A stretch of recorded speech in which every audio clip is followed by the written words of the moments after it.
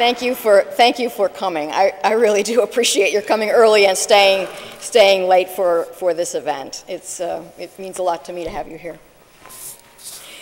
Most of you know that I've been in discernment over the last year about whether I would run for the office of president of the Unitarian Universalist Association.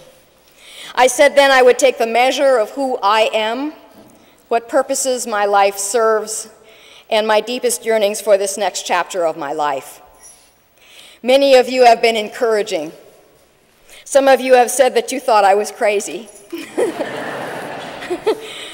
But all of you have been helpful to me as I have thought and prayed my way through the question of how I would best serve our free faith. I have realized the answer has been here right along. The answer is in what we do here as a church in Dallas, Texas.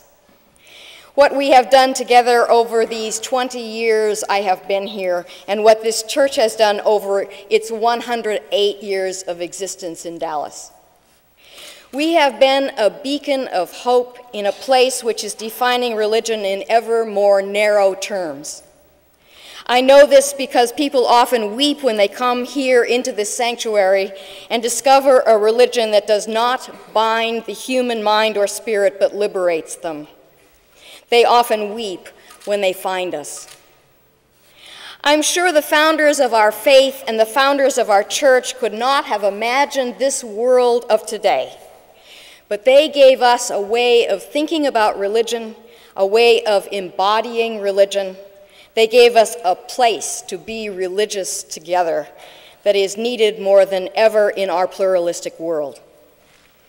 They knew then, as we know now, that our church needs to be strong and healthy, not only to survive, but to be a vital presence where we will be so needed for so many years to come. I have learned in my 20 years here that building that kind of church takes a long time. That the best way to assure that we will be strong today is to imagine who and what we will be 10 and 15 years from now. What will our children find when they bring their children to our church? Will they find a loving community with clear understandings about our faith and the rigorous path? Will our grandchildren's grandchildren cherish our faith as we do? Because they know what it means to be a Unitarian Universalist and live morally engaged lives because of it? They will if we take the time now to prepare a church for them to be here when they arrive. I was surprised when I came here to discover how savvy this congregation has been when it came to getting things done in the name of freedom and justice. It shouldn't have been a surprise that you called a woman to be your senior minister 20 years ago when that was a unique idea. Because there were and still are women in this congregation who have changed Texas law to include the legal rights of women, created the Women's Foundation and other philanthropic groups which have given millions of dollars to women's and girls' programs and needs. They have been examples, wonderful examples of the liberated spirit engaged in social change. The lesbian, gay, bisexual, and transgender communities in Dallas are among the best organized and most effective I have seen anywhere. They have to be. It should not have been a surprise that this congregation was among the first to be recognized as a welcoming congregation by the Unitarian Universalist Association. Or that ours was one of two congregations listed in the phone book in the 50s, in the early 50s, under other.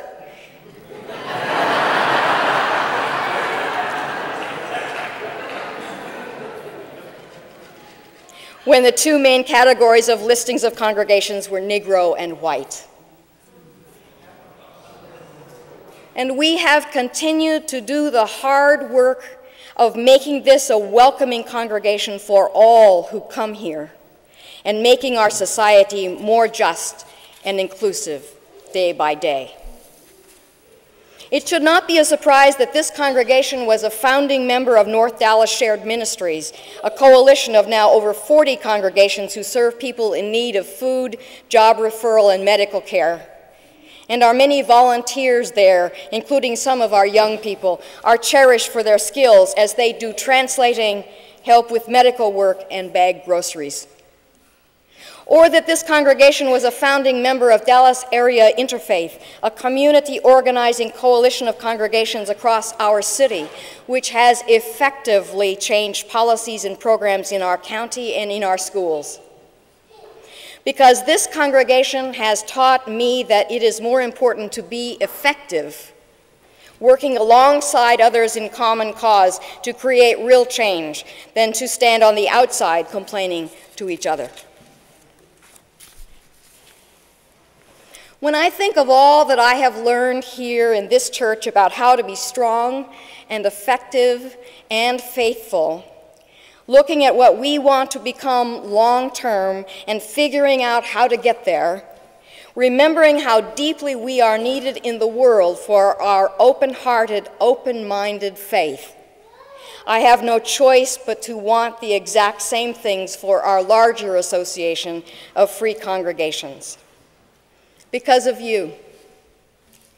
Because of you who are what you are, and because of what you have bravely created here, I have no choice.